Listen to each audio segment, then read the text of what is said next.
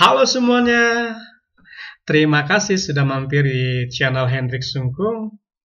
Jangan lupa ya, subscribe, like, and komentar, serta share video ini, agar video ini semakin berkembang. Terima kasih semuanya, selamat menonton ya.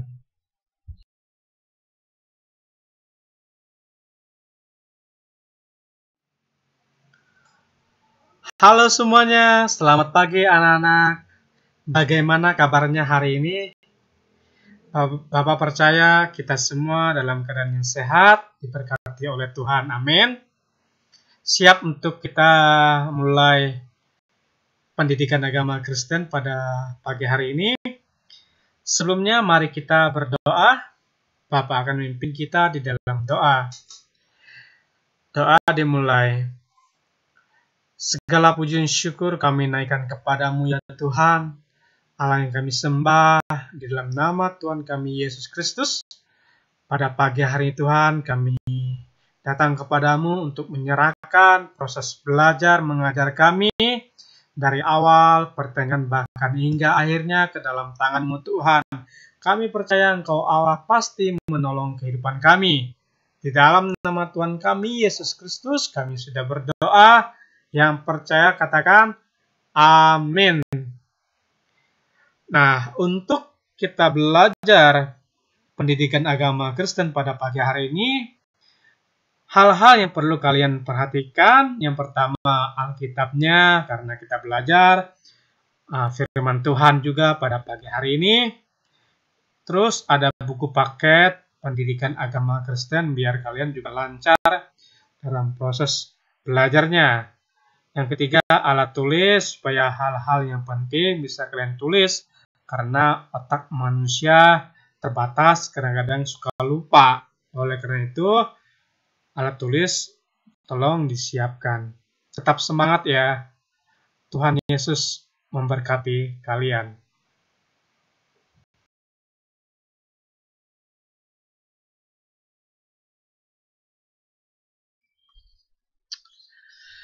Puji nama Tuhan, anak-anak, untuk kelas 9.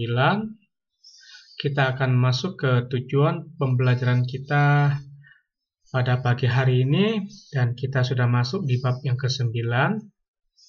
Yang pertama, kita akan belajar tantangan hidup masa kini. Yang kedua, kita belajar mengidentifikasi tantangan remaja masa kini. Yang ketiga, Alkitab membahas mengenai tantangan. Yang keempat, gambar diri. Yang kelima, bagaimana menghadapi tantangan iman. Jadi ada 5 tujuan daripada proses belajar kita pada pagi hari ini.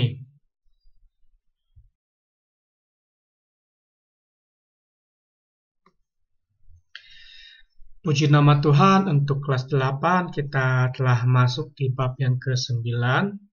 Tantangan iman masa kini, ya.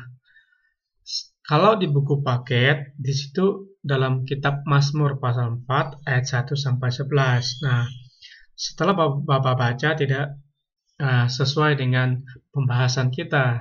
Nah, Bapak ganti dengan Matius pasal yang keempat ayat 1 sampai 11. Nanti kita akan masuk ke materi pembahasan dulu, nanti setelah itu kita akan baca firman Tuhan, karena ada Bapak tampilkan nanti di penjelasan. Nah, bagian A atau pengantar, kamu telah mempelajari mengenai hidup beriman, bagaimana memelihara iman, terus hidup berpengharapan, serta dampak dari hidup beriman dan berpengharapan. Nah, pada bab ini kamu akan dibimbing untuk mempelajari bagaimana menghadapi tantangan iman, khususnya sebagai remaja Kristen.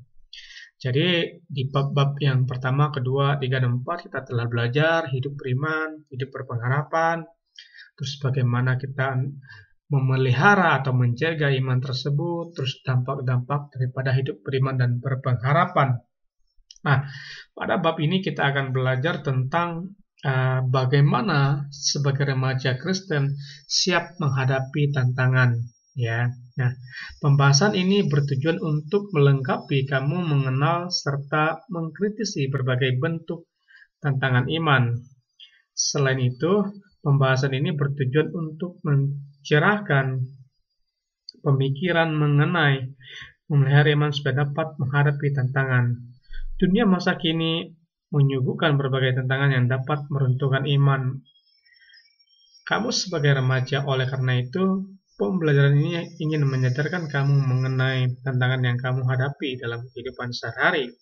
Selain itu, pembelajaran ini juga akan memberikan arah bagaimana kamu bersikap dalam menghadapinya supaya kamu terus bertumbuh sebagai orang beriman. Jadi ini adalah tujuan dari pembelajaran kita pada pagi hari ini. Ya, ini sebagai pengantar bahwa memang kita harus siap ya anak-anak untuk menghadapi tantangan demi tantangan di dalam perjalanan kehidupan kita. Kita tidak bisa mengabaikan tantangan. Tantangan itu akan selalu ada.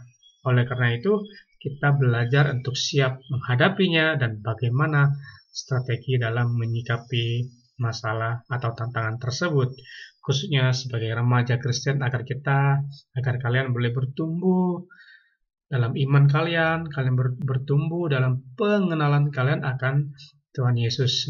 Semoga iman kalian juga iman yang terus naik level, artinya mengalami kemajuan di dalam kehidupan kalian.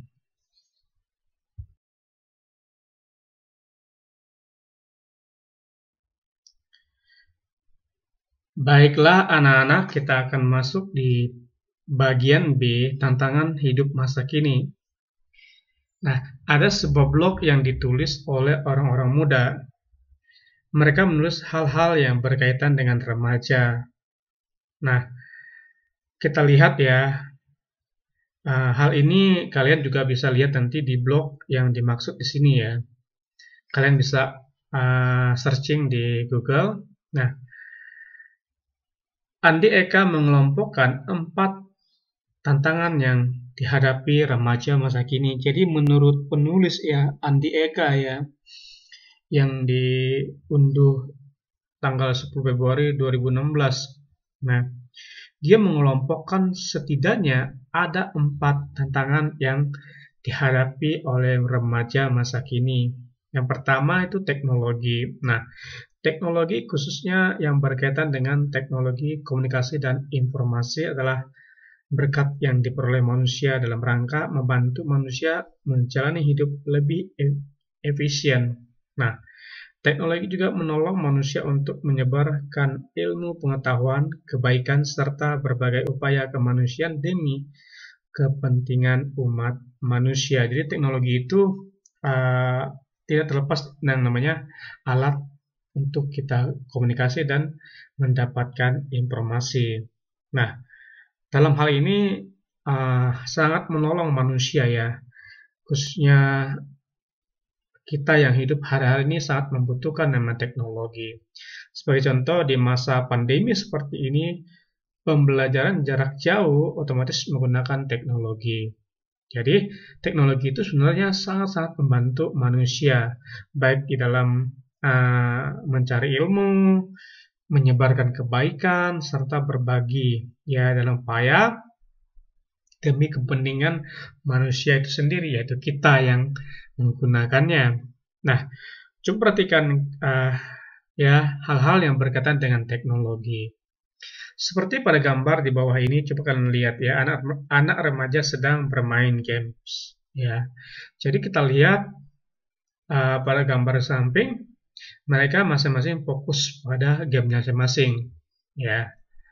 Nah, kalau kita melihat sekilas apa yang ditampilkan di sini ya sebenarnya bukan itu tujuan dari teknologi ya. Seperti pada gambar samping ini, kalau kalian yang masih remaja otomatis kalian sudah bayar ketika bermain di warung internet atau warnet ya. Artinya ada hal yang perlu kalian bayar. Nah, namun di sisi lain teknologi juga dapat menyebabkan berbagai penyimpangan moral dan etika yang cenderung mengurangi atau meredusir rasa kemanusiaan, termasuk di dalamnya nilai-nilai etika dan moral. Jadi ini dampak ya negatif daripada teknologi itu jika disalah digunakan. Teknologi itu tidak pernah salah ya anak-anak. Jadi yang salah itu penggunaannya atau penyalahgunaan atau penyimpangan di dalamnya. Ini yang berkaitan dengan etika dan juga moral. Nah, melalui internet manusia dapat memperoleh berbagai macam informasi yang positif maupun negatif. Jadi jelas ya, melalui internet yang kita kita beli kuota, kita nyambung ke internet dan itu kita bisa dapatkan berbagai informasi baik yang positif maupun yang negatif tergantung bagaimana penyalahgunaannya. Salah satu aspek negatif adalah pornografi yang ditengarai menjadi penyebab timbulnya berbagai penyimpangan maupun kejahatan seksual di kalangan remaja. Jadi ini yang perlu kalian pahami dengan baik, khususnya yang masih remaja, yang pria, ya. Kenapa terjadi penyimpangan seksual? Ya karena memang dipengaruhi oleh informasi-informasi yang didapatkan melalui handphone, melalui teknologi-teknologi yang lainnya. Nah, hal itu yang mendorong seseorang untuk melakukan aksi pornografi ataupun penyimpangan. Jadi, pergunakanlah teknologi dengan baik dan benar, maka teknologi akan menolong kehidupan kalian, bukan menjerumuskan kalian untuk melakukan hal-hal yang bertentangan dengan moral dan etika. Paham ya anak-anak? Selanjutnya, waktu yang seharusnya dipakai untuk melakukan banyak hal positif banyak tersita oleh aktivitas di dunia maya dan permainan atau games. Nah, hubungan antara manusia pun menjadi kering karena orang lebih cenderung berbincang di dunia maya daripada bertemu langsung secara personal ataupun pribadi. Nah, proses sosialisasi manusia digantikan oleh teknologi betapa menyedihkan. Jadi kita lihat ya, memang dengan adanya teknologi orang bisa menghabiskan waktu yang cukup lama atau berjam-jam, berminggu-minggu, bahkan bertahun-tahun ya dengan komunikasi melalui dunia maya atau ya kita sebut aja WA, Instagram, Line, apalagi Twitter, dan lain sebagainya. Nah, orang lebih senang ya menghabiskan waktunya berbincang-bincang di dunia maya ketimbang ketemu atau ngobrol langsung dengan orangnya. Nah, proses sosialisasi manusia digantikan oleh teknologi. Jadi proses sosialisasi kita itu tergantikan. Makanya manusia adalah makhluk sosial, makhluk yang tidak bisa hidup sendiri. Kita membutuhkan orang lain. Cuman hal-hal yang penting kadang-kadang kalau melalui teknologi, sebagai contoh kalau kita chatting sama seseorang dengan bahasa-bahasa yang mungkin bagi orang itu tidak suka, bisa saja dia tersinggung, atau kita buat status, mungkin status menyinggung seseorang mungkin bisa membuat orang lain tersinggung. Jadi memang kelemahan dari teknologi adalah informasi yang kita mau sampaikan kadang-kadang salah dipahami atau salah dimengerti. Ya, tetapi yang penting bahwa jangan sampai teknologi itu menggantikan dunia sosialisasi kita dengan orang lain, karena itu sangat-sangat dibutuhkan oleh setiap orang bersosialisasi dengan orang lain. Nah, yang kedua, kita masuk ke tantangan yang kedua itu akademik ya. Nah, apa itu akademik? Akademik itu berhubungan dengan namanya pendidikan ya. Nah, tuntutan dalam dunia pendidikan juga amat tinggi dan cenderung menempatkan remaja dalam tekanan. Jadi, tantangan yang kedua ini berhubungan dengan dunia pendidikan ya, di mana di sekolah-sekolah tertentu nilai KKM-nya itu sangat-sangat tinggi. Nah, sehingga membuat siswa itu mengalami tekanan di dalam dunia pendidikan.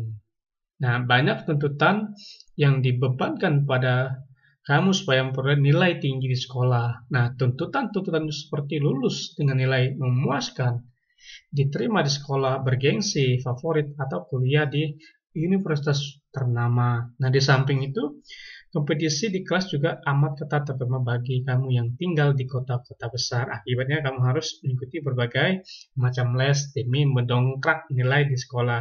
Nah, seolah-olah waktu sekolah tidak cukup memberikan pengayaan pada kamu. Tidak sedikit remaja yang gemar menyontek demi memperoleh nilai tinggi. Nah, pendidikan bukan hanya menyangkut nilai yang tinggi, melainkan bagaimana mengikuti proses pendidikan secara baik dan benar. Jadi, bahwa ingat ya anak-anak, walaupun di sekolah kalian berbagai tuntutan nilai dari orang tua, ya dari keinginan kalian sendiri, ya.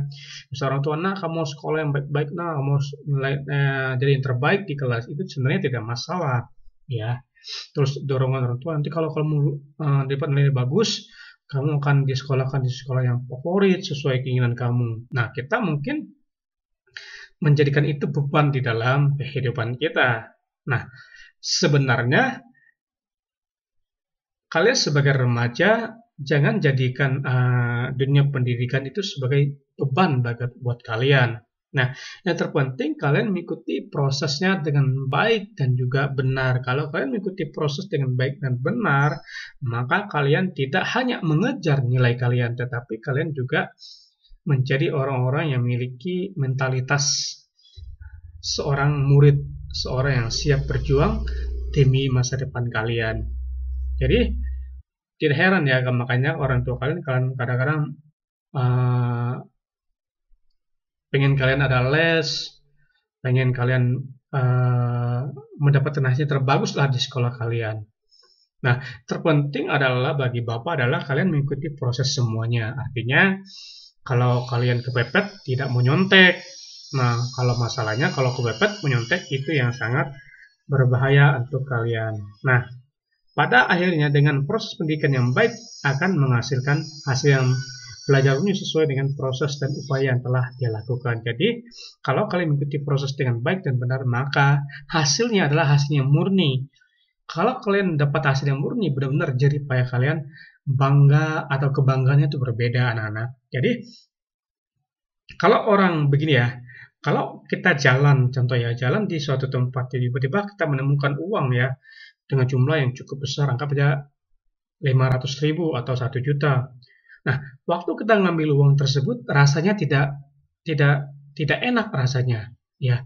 Tidak ada rasa kepuasan. Tetapi kalau kan misalkan kita bekerja terus kita menerima uang, itu beda kepuasannya. Nah, demikian dengan proses belajar. Kalau kalian belajar terus akhirnya kalian menyontek, walaupun kalian menjadi terbaik, tidak ada kebanggaan karena prosesnya tidak baik atau prosesnya tidak murni. Jadi ikuti proses dengan baik dan benar, maka kalian menjadi siswa-siswi yang memiliki mentalitas seorang murid yang benar-benar kalian adalah mencerminkan bahwa kalian adalah murid Kristus. Kita sebagai orang Kristen menunjukkan bahwa kehidupan kita adalah seperti teladan Kristus.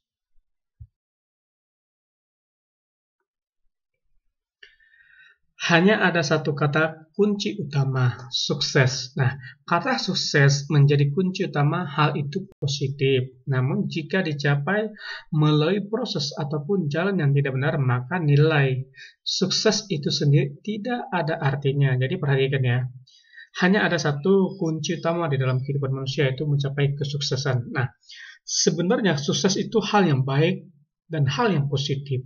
Tetapi, kalau kita mencapai sukses itu dengan cara atau jalan yang tidak baik atau tidak benar, nah nilainya tidak ada artinya. Ya, paham ya anak-anak? Nah, selanjutnya berbagai tekanan yang ada dapat menyebabkan para remaja cenderung cepat marah dan tidak sabar. Nah, kebalikan harusnya ya.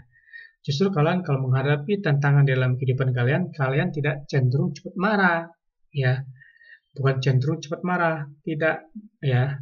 Kebalikannya dan tidak mudah sabar, seharusnya mudah sabar. Jadi kalau tekanan demi tekanan yang kalian hadapi bukan membuat kalian semakin cepat marah, cepat emosi ya, tetapi menjadi orang-orang yang sabar. Nah, hal inilah yang menyebabkan para remaja dapat melakukan kekerasan terhadap sesama remaja maupun orang lain ketika menghadapi persoalan. Jadi, nah, kalau ini sudah terbiasa di dalam kehidupan kalian, terbiasa emosi, terbiasa tidak sabar, maka ketika terjadi suatu hal yang mungkin kalian diejek ataupun dihina sedikit, kalian mudah melakukan kekerasan kepada orang lain. Nah, seolah-olah kalian melakukan hal demikian karena ingin menunjukkan siapa diri kalian. Hal itu tidak baik ya anak-anak.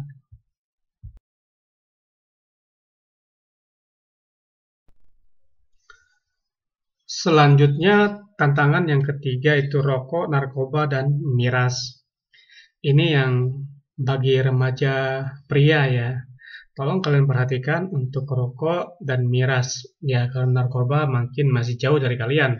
Nah, pada gambar di samping dikatakan say no to drug ya. Katakan tidak pada narkoba ya. Jadi seharusnya itu bukan seperti pada gambar di samping ya. Katakan tidak pada narkoba malah sudah menghisap narkoba ya.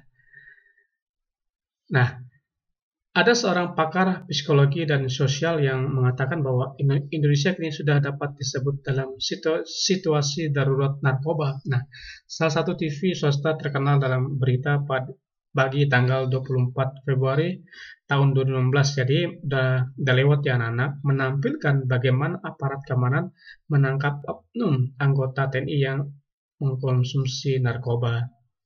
Kita lihat ya, ada seorang pakar ya, sosiologi dan sosial mengatakan bahwa Indonesia sudah masuk dalam situasi darurat narkoba ya. Salah satunya dengan adanya penangkapan oknum TNI yang sedang mengonsumsi narkoba. Nah, orang dari berbagai usia telah menjadi korban narkoba dan obat terlarang. Berbagai jenis obat terlarang dicampur ke dalam berbagai makanan seperti permen, coklat, es krim, rokok, dan lain-lain sebagainya. Betapa menakutkan dunia yang ada di sekitar kamu. Bukan merupakan hal yang aneh jika kita saksikan remaja SMP bahkan SD merokok atau meminum minuman keras. Jadi perhatikan ya, jadi mungkin kita sudah tidak heran lagi kalau kita lihat ada anak SMP atau ada anak SD yang tiba-tiba ngumpul di pojok tertentu, tiba-tiba melakukan minuman yang ngumpul. Sebenarnya itu memang sudah tidak heran lagi. Karena apa? Karena pengaruh lingkungan itu sangat memungkinkan siswa melakukan hal-hal demikian. Nah, seolah-olah remaja yang tidak mencoba merokok atau meminum minuman keras bukanlah remaja gaul. Pemahaman ini sangatlah keliru. Ukuran gaul bukanlah mampu melakukan hal yang menyimpang, ya. Remaja gaul ketika kamu dapat berteman dengan semua orang tanpa memandang latar belakang perbedaan. Jadi kadang-kadang memang orang berpandangan ya, sebagian tidak semua ya, anak-anak kenapa minum minuman keras supaya dianggap gaul, kenapa merokok biar dianggap gaul, ya. Jadi pemahaman itu sebenarnya keliru. Ya, sebenarnya kata gaul itu adalah ketika kamu sebagai remaja ya mampu berteman dengan semua orang ya tanpa memandang perbedaan baik suku, ras, dan agama. Itulah dikatakan gaul. Bukan gaul menggunakan narkoba lalu dikatakan gaul. Merokok, pacaran itu katakan gaul. Tidak. Jadi jangan sampai kalian memiliki pemahaman yang salah ya anak. Ya, kalau kalian sudah besar nanti, ya mungkin sudah susah untuk bapak mengingatkan kalian jangan merokok nak, jangan minuman keras atau narkoba, ya karena kalian sudah terlanjur. Tetapi sebaliknya di usia kalian masih SMP kelas 8, sebaliknya masih ada kesempatan untuk kalian bisa merubah kebiasaan yang biasanya sudah pernah merokok atau minuman-minuman keras ya. Jadi Bapak harapkan untuk kelas 8 perhatikan hal-hal ini ya. Kalian bergaul dengan semua orang ya, tapi tetap memperhatikan pergaulan kalian. Ya, kalian bergaul dengan rokok bukan berarti kalian merokok. Kalian bergaul dengan orang yang minuman keras bukan berarti kalian langsung minuman keras. Tidak, kita bergaul dengan semuanya. Bapak juga bergaul waktu dulu dengan teman-teman Bapak waktu masih SMP, SD bermain bola, bermain voli, futsal, berenang segala macam. Ya, mereka nongkrong, ikut nongkrong. Ya, tetapi ketika menawarkan rokok, Bapak mohon maaf, tidak merokok. Ya, memang dari kecil, dari SD, SMP, SMA sampai sekarang Bapak tidak mau merokok. Ya, bukan berarti Bapak uh, menyombongkan diri, tetapi Bapak mengasih saran untuk yang pria memang tantangannya tidak mudah dalam hal rokok dan miras, ya. Tetapi kita yang tidak merokok bukan berarti kita lebih baik, tidak, ya. Justru kita mengingat kesehatan kita, ya. Karena sehat itu mahal, ya. Sebagai contoh, coba kalian kalau yang sudah pernapasan terganggu, ya, yang membutuhkan oksigen. Berapa harga oksigen sekarang? Dikalikan 24 jam, berapa yang habis? Ya, jadi kenapa tidak merokok? Bapak pribadi karena menjaga kesehatan. Kenapa tidak miras? Karena menjaga kesehatan. Semua itu berhubungan dengan kesehatan. Jadi, kalau kalian pria khususnya yang remaja masa kini yang sudah terlanjur, ya Bapak tahu ada kalian yang sudah terlanjur, Bapak harap kalian bisa ada waktu, masih bisa buat kalian untuk berhenti, ya. Caranya ya pelan-pelan, ya yang biasa berapa kali dalam sehari mengurangi. Lama-lama kalian akan bisa melakukannya. Karena memang kebiasaan itu tidak bisa diubah dalam waktu 1-2 hari, bahkan bertahun-tahun untuk merubah kebiasaan atau karakter. Nah, demikianlah yang perlu dipahami untuk yang pria ya. Kalau wanita ada yang rokok gak bangetan ya, apalagi miras. Nah, Bapak paham bahwa wanita lebih memperhatikan kesehatan daripada pria, remaja pria khususnya. Jadi, jangan sampai tantangan yang ketiga ini membuat kalian jatuh ya, anak-anak. Tetap memperhatikan siapa teman kalian, ya bergaul dengan siapa orang, dengan semua orang tanpa memandang muka, tidak memandang berbagai latar belakang, tetapi tetap memperhatikan cara bergaulnya.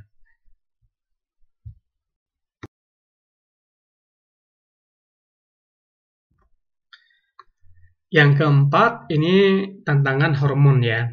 Apa itu hormon? Hormon merupakan perubahan yang terjadi di usia remaja menyebabkan beberapa hal. Nah, salah satunya adalah rasa timbul ketertarikan pada lawan jenis. Nah, hal itu lumrah ya, hal itu wajar dan sesuai dengan perkembangan biologis, psikologis dan fisik remaja. Namun, ketika kamu tidak mampu mengontrol rasa ketertarikan terhadap lawan jenis dan ditambah dengan keinginan untuk mencoba hal-hal baru dapat mengakibatkan terjadinya perilaku penyimpangan. Jadi, perhatikan ya, sebenarnya perubahan hormon itu adalah perubahan yang dialami setiap remaja. Ya, kalian yang masih sudah remaja sekarang kelas 8, ya nanti kelas 9 nanti ada perubahan demi perubahan, nanti SMA ada perubahan-perubahan juga. Ya. Nah, di sini yang terpenting bagaimana kalian mampu atau bisa atau menguasai rasa ketertarikan pada lawan jenis. Nah, kalau kalian udah timbul rasa suka, rasa ya cinta-cintaan gitu, itu hal yang wajar, itu normal ya anak-anak. Kalau tidak timbul rasa suka, rasa gimana sama lawan jenis itu tidak normal. Perhatikan ya. Nah, tetapi bagaimana kalian mengontrolnya atau menguasainya ya. Nah, kalau kalian tidak mampu menguasai maka penyimpangan demi penyimpangan akan terjadi. Itu sangat berbahaya di dalam kehidupan kalian. Nah, penyimpangan itu dapat diperoleh apabila remaja tersebut pun telah kecanduan terhadap pornografi. Ya. Pornografi merusak mental dan moral seseorang. Mengapa demikian? Pornografi dapat menyebabkan timbulnya keinginan untuk mempraktikkan apa yang ditonton. Nah, selain 4 tantangan tersebut di atas, kamu akan menambahkan beberapa tantangan yang ada dan yang sedang dihadapi orang remaja di kamu masing-masing. Jadi, selain yang keempat tadi yang sudah disebutkan tantangan di atas, mungkin ada tantangan-tantangan lain yang kalian hadapi di daerah kalian masing-masing. Mungkin masalah pergaulan, mungkin di masalah geng-geng tertentu, ataupun masalah bully sekarang ya, tantangan yang kalian hadapi. Tetapi yang pasti minimal keempat yang kita bahas tadi di atas mewakili tantangan-tantangan yang dihadapi remaja pada umumnya. Nah, yang C, identifikasi tantangan remaja masa kini. Nah, identifikasi berbagai tantangan yang dihadapi oleh remaja masa kini, tulis dalam lembaran kertas dan diskusikan. Kamu juga dapat menambahkan hal yang belum tercantum dalam pembahasan. Jadi, kalian belajar mengidentifikasi kira-kira apa sih masalah remaja yang hari-hari terjadi, misalkan kekerasan ataupun remaja suka tawuran. Intinya kalian belajar menemukan kira-kira apa saja sih yang selain yang kita tulis yang telah kita bahas di atas tadi ya. Keempat, tadi ada narkoba, ada rokok, terus ada teknologi, ya, terus ada ini yang keempatnya hormon. Nah, kalian kira-kira apalagi sih ya yang dihadapi oleh remaja masa kini? Bisa ya lah, kalian bisa jawab.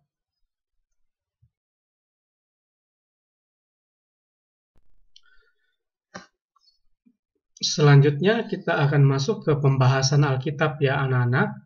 Bagian D, Alkitab membahas mengenai tantangan iman. Nah, mengacu pada bagian Alkitab yang menjadi rujukan pada pembelajaran ini, kita dapat mengkaji ya bagaimana Alkitab memperkuat kita dalam menghadapi tantangan hidup.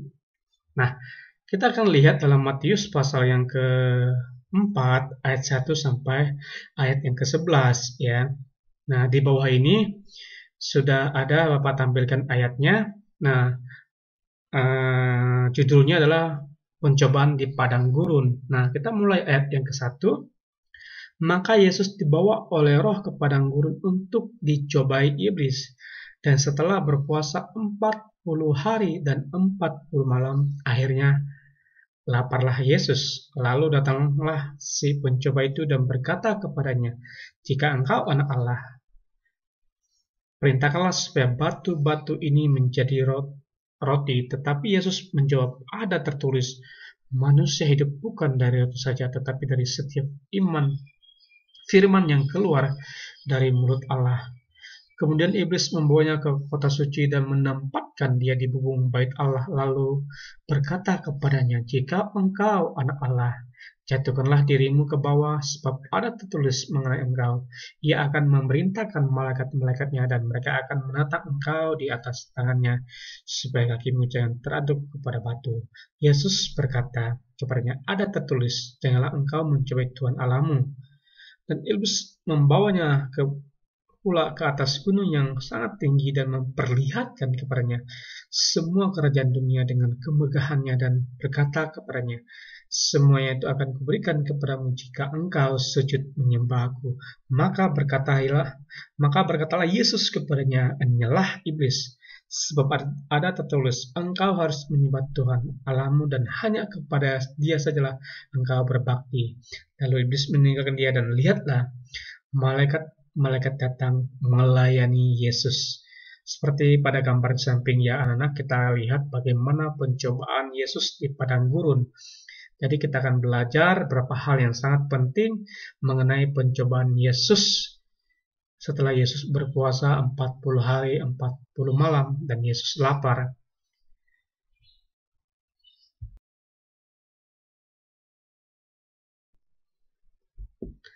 Selanjutnya kita lihat ada 3 tantangan yang dihadapi oleh Tuhan Yesus ketika dia dicobai di padang gurun. Nah, tantangan pertama yang diberikan iblis pada Yesus berkaitan dengan makanan dan hal-hal menyangkut tubuh atau yang disebut Rasul Paulus sebagai keinginan daging manusia. Nah, keinginan daging berlawanan dengan keinginan roh. Ya, selanjutnya Rasul Paulus mengatakan bahwa keinginan daging membawa pada kebinasaan, tetapi keinginan roh membawa pada keselamatan. Nah, iblis tahu bahwa kelemahan terbesar manusia adalah melawan kedagingannya. Nah, bagaimana relevansinya dengan tantangan yang dihadapi oleh remaja? Ya, seperti teknologi, rokok, minuman keras, narkoba, dan hormon, ya dapat dikatakan sebagai keinginan daging manusia. Nah, 3 hal tersebut akan memuaskan tubuh manusia, baik perut atau mata yang dapat menikmati pornografi, game, hubungan sosial di dunia maya, dan kenikmatan tubuh yang dapat diperoleh manusia melalui beberapa aspek itu. Nah, namun semuanya bersifat sementara bahkan menghancurkan manusia. Pornografi akan menimbulkan banyak angan-angan yang pada akhirnya mendorong manusia untuk mempraktikkan apa yang dilihatnya sehingga terjadi penyimpangan yang merusak moral. Rokok, minuman keras, dan obat terlarang hanya nikmat pada awalnya, namun pada akhirnya akan menghancurkan manusia secara keseluruhan, baik fisik, kemampuan berpikir, dan mental manusia. Jadi kita lihat ya, tantangan yang pertama yang Yesus alami adalah berhubungan dengan kebutuhan tubuh manusia, yaitu makanan. Papa rasa semua manusia membutuhkan makanan untuk bertahan hidup. Kalau kita tidak makan satu hari, kita akan lemas dan lesu. Lama-lama kita akan meninggal kalau kita tidak makan. Ya, nah, tetapi bagaimana kita lihat ya apa yang diperlihatkan, apa yang diperintahkan iblis kepada Yesus untuk mengubah roti menjadi batu menjadi roti, tetapi kita lihat bagaimana jawaban Yesus bahwa manusia tidak hidup dari firman.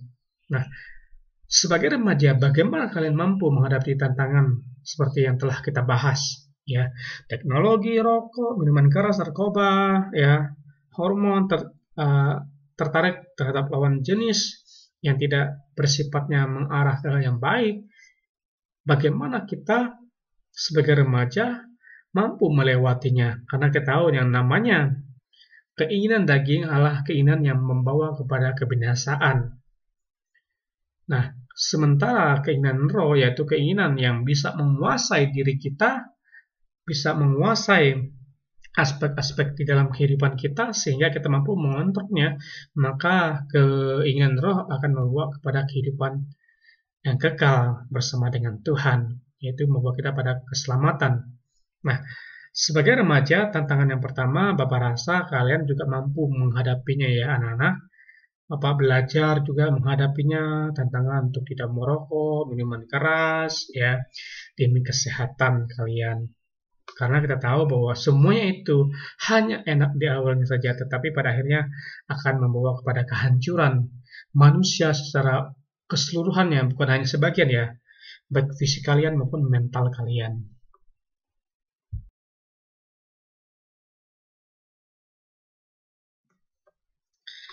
Selanjutnya kita akan masuk ke tantangan yang kedua adalah tantangan kesombongan.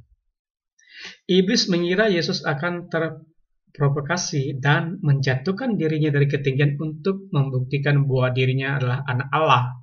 Terkadang karena kesombongan dan harga diri yang tidak pada tempatnya, remaja akan melakukan hal-hal yang menyimpang demi membuktikan harga dirinya. Nah, Iblis mengira bahwa Yesus akan menjatuhkan dirinya dari ketinggian. Karena memang ada firman Tuhan katakan bahwa malaikatnya akan menatang kakinya sehingga kakinya tidak teratuk. Itu sesuai dengan firman Tuhan. Tetapi kita lihat Yesus tidak perlu membuktikan bahwa dirinya anak Allah karena dia adalah Allah itu sendiri. Nah, kadang-kadang demi membuktikan bahwa kita itu bisa atau kita itu ada, kita sebagai remaja kadang-kadang menunjukkan diri kita dengan melakukan hal-hal yang menyimpang. Ya, supaya diperhatikan. Nah, remaja mudah terprovokasi untuk melakukan penyimpangan dengan alasan membuktikan eksistensi dirinya atau kehadirannya. Nah, misalnya kalau ada remaja yang tidak berani merokok, minuman keras atau mengonsumsi obat terlarang, maka remaja tersebut akan dikatakan tidak keren, tidak gaul atau cupu ya, culun.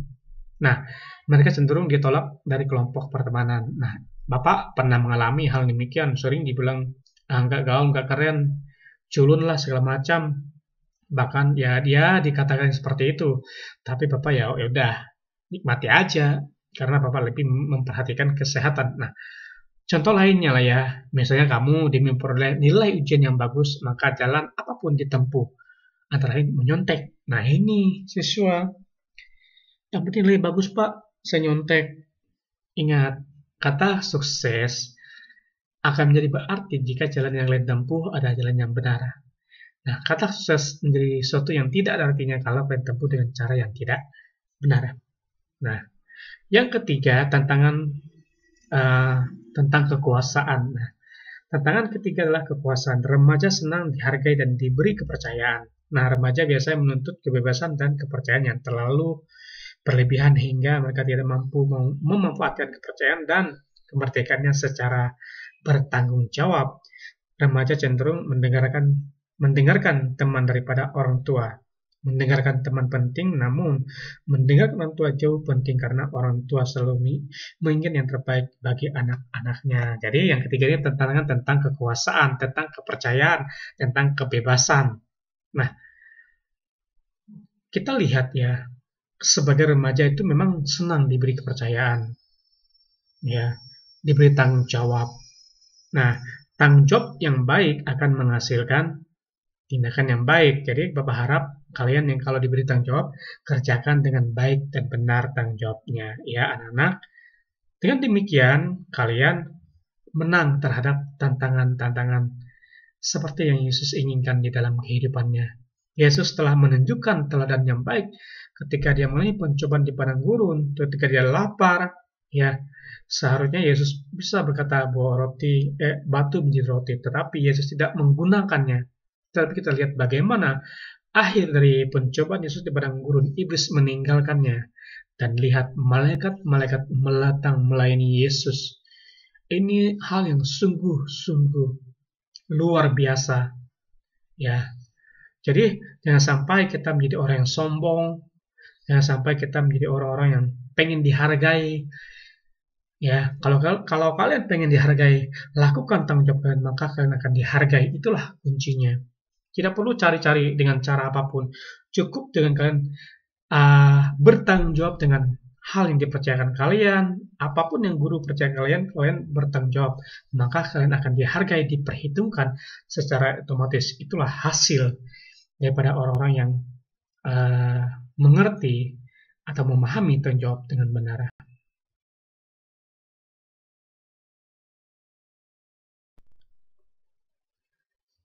Kita masuk di bagian E, gambar diri. Setelah membaca dan membuat identifikasi tantangan yang dihadapi remaja masa kini dalam mempelajari bahan Alkitab, kini buatlah gambar atau profil diri ya kamu dalam menghadapi tantangan. Contohnya seperti di bawah ini ya, saya menghadapi tantangan iman. Nah, tantangannya misalnya tawaran untuk merokok, sikap saya iya atau tidak, lo iya, tulis iya atau tidak, ya. Yang kedua, tawaran untuk mencoba minuman keras dan obat terlarang. Jika iya, tulis iya. Jika tidak, tulis tidak. Ketiga, tawaran untuk nyontek. Jika iya, jawab iya. Jika tidak, tulis tidak. Tinggal dicoret aja ya. Nah, yang empat, tawaran untuk melihat gambar dan film porno. Yang kelima, tawaran untuk bolos sekolah. Jadi nilainya itu, kalau iya nilainya 20, kalau jawaban tidak nilainya 0. Ya. Jadi, kalian nanti membuat ya anak-anak.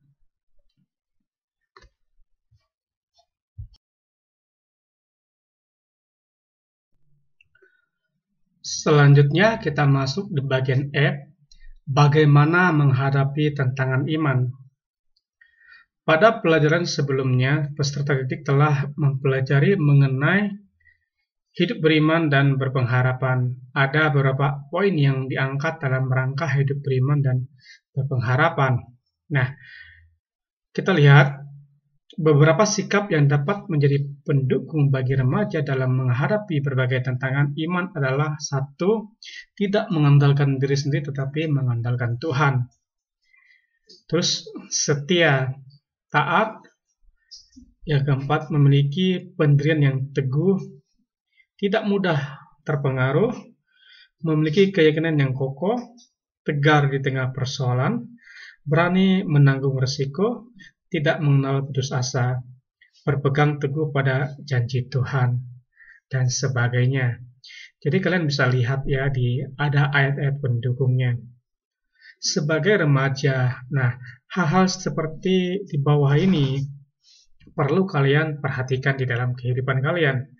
Kalau kalian menghadapi tantangan iman di dalam kehidupan kalian, belajarlah untuk mengandalkan Tuhan, bukan mengandalkan kekuatan sendiri. Belajarlah setia, belajarlah taat, dan sebagainya.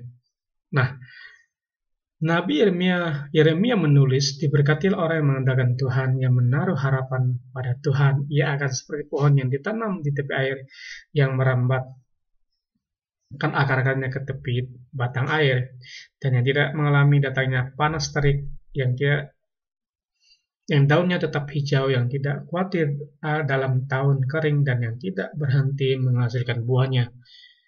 Inilah janji firman Tuhan. Ya, kita harus belajar bahwa segala sesuatu ya yang terjadi dalam kehidupan kita seizin dan sesuai dengan kehendak Allah, dan Tuhan tahu bahwa kita mampu melewatinya.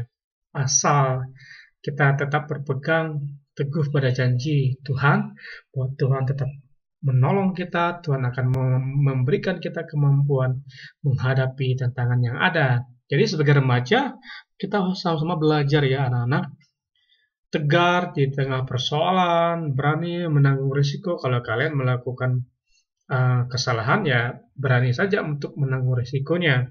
Ya, tidak mengenal yang namanya putus asa, tidak mudah menyerah. Ya, kita percaya kalau kalian memiliki atau pegang sikap-sikap atau prinsip-prinsip seperti yang di bawah ini, seperti pembahasan kita, maka kalian akan mudah untuk menghadapi tantangan sesulit apapun.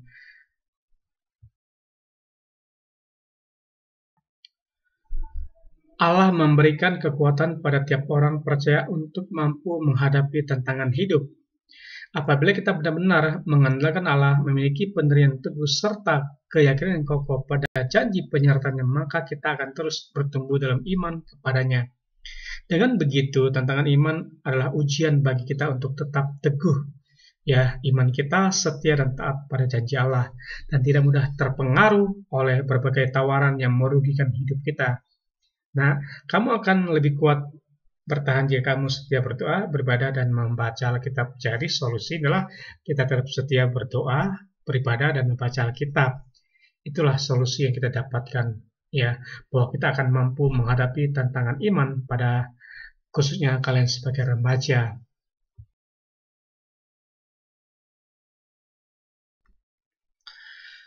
Puji nama Tuhan, untuk bab 9 telah selesai. Di bawah ini ada tugas siswa, ada 3 soal saja ya anak-anak. Yang pertama, kalian diminta untuk menaikkan doa syukur kalian ya, karena Allah mengaruniakan kemampuan untuk menghadapi tantangan hidup sebagai remaja. Jadi yang pertama ini kalian diminta untuk menulis ya doa kalian sebagai doa ucapan syukur kepada Allah, karena Tuhan telah mengaruniakan kepada kalian kemampuan untuk menghadapi berbagai tantangan di dalam kehidupan kalian, khususnya di masa kalian remaja. Yang kedua, menurutmu apa saja tantangan hidup yang remaja seusiamu miliki? Ya, teruskan minimal 2 dan pikirkan apa yang sebaiknya dilakukan untuk menghadapinya. Nah, yang kedua ini kalian diminta untuk ya menurut kalian ya, sebutin 2 aja tantangan yang dihadapi remaja seusia kalian.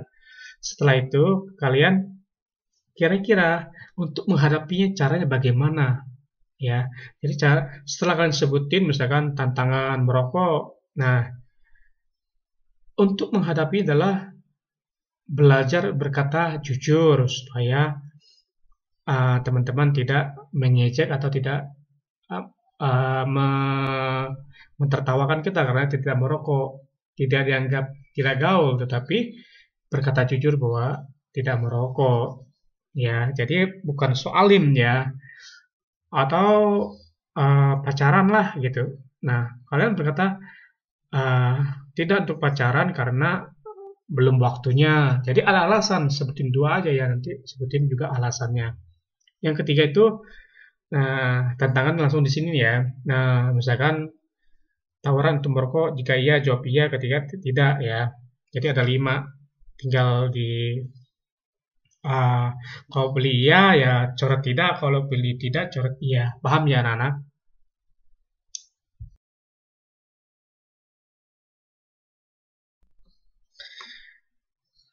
Sebagai rangkuman ya atau kesimpulan kita pada pagi hari ini, tidak ada manusia yang hidup tanpa menghadapi tantangan. Setuju ya anak-anak? Semua orang dalam segala usia pernah menghadapi tantangan dalam berbagai bidang kehidupan. Namun demikian sikap tiap orang dalam menghadapi tantangan itu berbeda. Bagi orang Kristen, panduan dalam menghadapi tantangan adalah Alkitab yang menjadi kabar baik bagi tiap orang beriman. Kesetiaan kita dalam berdoa dan membaca Alkitab dan menuntun dalam menghadapi tantangan sehingga kita tidak hanyut dalam pusaran kehidupan. Sebaliknya kita akan menjadi teguh, kuat, dan tidak hanyut karena dipandu oleh ajaran iman Kristen yang tuang dalam Alkitab. Orang beriman memahami tantangan sebagai ujian iman dan bukan bayangan yang harus ditakuti dan dihindari. Puji nama Tuhan.